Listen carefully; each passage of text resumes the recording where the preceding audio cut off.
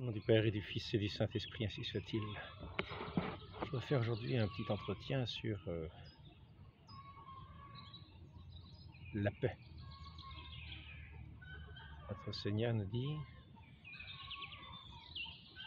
qu'il nous laisse sa paix, qu'il nous donne sa paix. Il ne nous donne pas à la manière du monde, comme le monde la donne.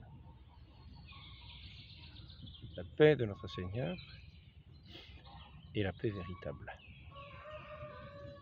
Et tout autre n'est pas la paix, n'est pas la vérité, n'est pas la justice, n'est pas l'équité.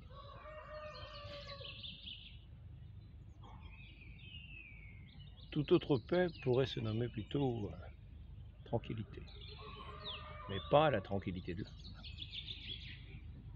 La tranquillité qui permet de continuer à vivre dans le péché, selon les arrangements du monde. Une vie bien mondaine, bien agencée selon le monde, qui permet de vivre comme honnêtement, selon les valeurs de péché du monde, selon les valeurs impies du monde, selon des mesures, des calculs, des arrangements, des diplomaties, qui ne sont pas l'arrangement avec le bon Dieu, qui ne sont pas la paix que notre Dieu nous donne. Et nous allons voir que ces arrangements, que cette paix, cette fausse paix, peut souvent attenter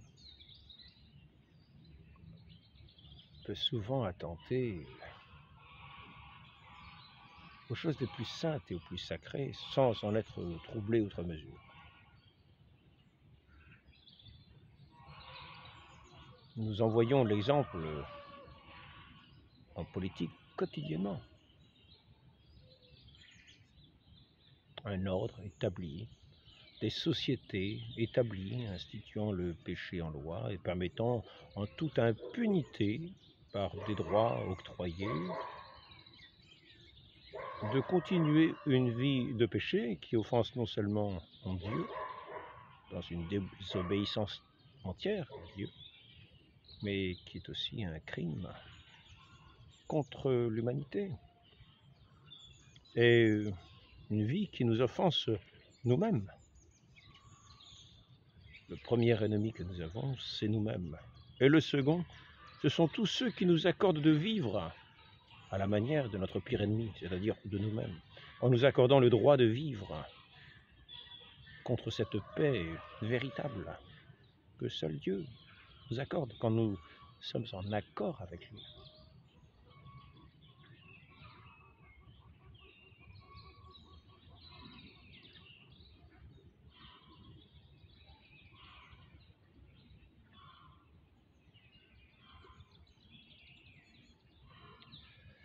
Ainsi,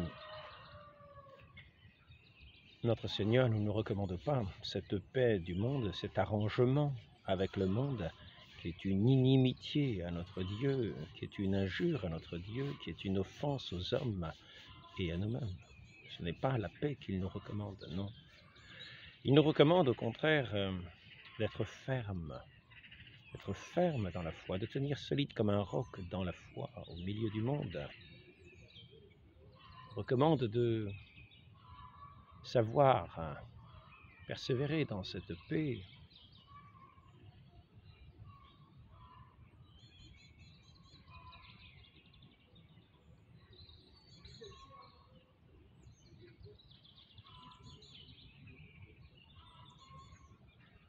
de savoir persévérer dans cette paix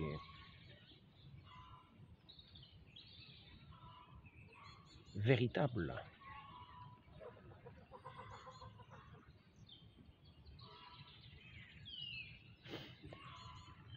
Jusqu'au martyre, c'est-à-dire le témoignage dans la fermeté de la vérité, dans la fermeté, dans cette vie véritable en Dieu, de savoir en témoigner devant ce monde qui lui est hostile, jusqu'à en perdre la vie ici-bas, dans ce monde, afin de demeurer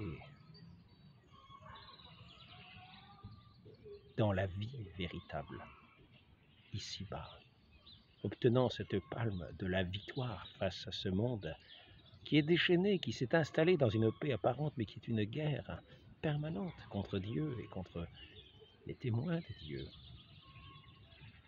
C'est une guerre déchaînée, hostile, une guerre de propagande, une guerre dans les lois, une guerre dans cette haine de Dieu qui est cet accord tacite ou est quelquefois explicite dans des sociétés carrément athées.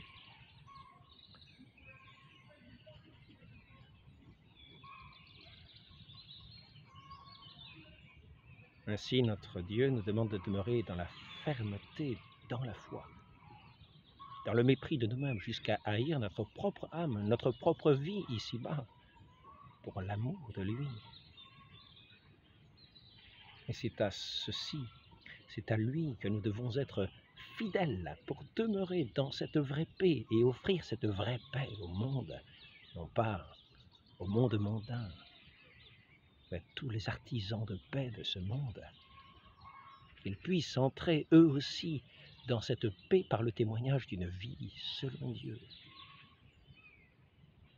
selon sa parole, dans la fidélité à sa parole transmise, qui leur permettra d'entrer eux-mêmes dans cette paix avec leur Dieu, avec eux-mêmes, avec le prochain, dans une charité véritable. Cette paix souvent du monde, comme nous le voyons si souvent, est une paix qui ferme les yeux sur ses propres crimes, pour ne plus les appeler crimes, afin que tout paraisse paix. Mais en vérité, si on ouvrait les yeux sur la réalité des faits de ces sociétés, nous verrions le crime et l'injustice flagrante. Nous verrions que cette tranquillité est comme achetée sur le péché.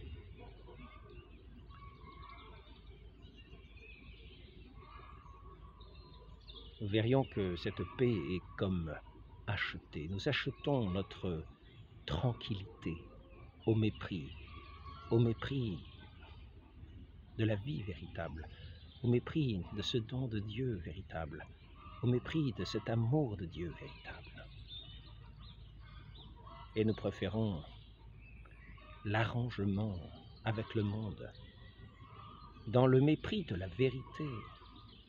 Malheureusement, ce mépris de la vérité s'accorde si facilement avec le mensonge, avec l'injustice et tous les crimes, que souvent ceux qui cherchent cette paix du monde sont bien obligés de subir eux-mêmes les avanies de ce monde, toutes les injustices de ce monde, desquelles ils finissent eux-mêmes par devenir les victimes de ce monde vanillé, en disant que ceux qui subissent les avanies du monde, les avanies de la société, sont les mauvaises personnes qui ne méritent peut-être pas tant que ça de vivre, et qu'il est juste que nous soyons si durs avec eux. En tout cas, il ne sera pas question de reconnaître dans ces personnes le droit qu'elles réclament à cette tranquillité du monde auquel ils ont voulu participer, car cette injustice auquel ils ont participé se retourne à ce moment-là contre eux, et ils ont tout le monde contre eux. Ainsi donc, ceux qui s'arrangent si facilement avec le mensonge peuvent se trouver les victimes du mensonge, tandis que ceux qui sont fidèles à la vérité, à notre Seigneur Jésus-Christ, mort sur la croix, dans la fidélité au Père, dans le témoignage, le don de soi-même aux hommes, pour leur accorder la vie éternelle, qui est notre destinée, qui est la promesse qui nous est faite, cette vie éternelle, bienheureuse. C'est à cela que nous sommes appelés, mépris de nous-mêmes, sans nous bercer de fausses illusions par rapport au monde, non, mais en sachant que le monde est les disciples du Christ. Le monde est en haine contre son Dieu. Le monde est en guerre contre son Dieu. Il y a une inimitié entre Dieu et le monde. Ceux qui sont amis du monde sont ennemis de Dieu et ennemis de ceux qui sont fidèles à leur Dieu. Nous ne devons pas confondre tranquillité et justice et paix véritable. Heureux les artisans de justice, heureux les artisans de paix.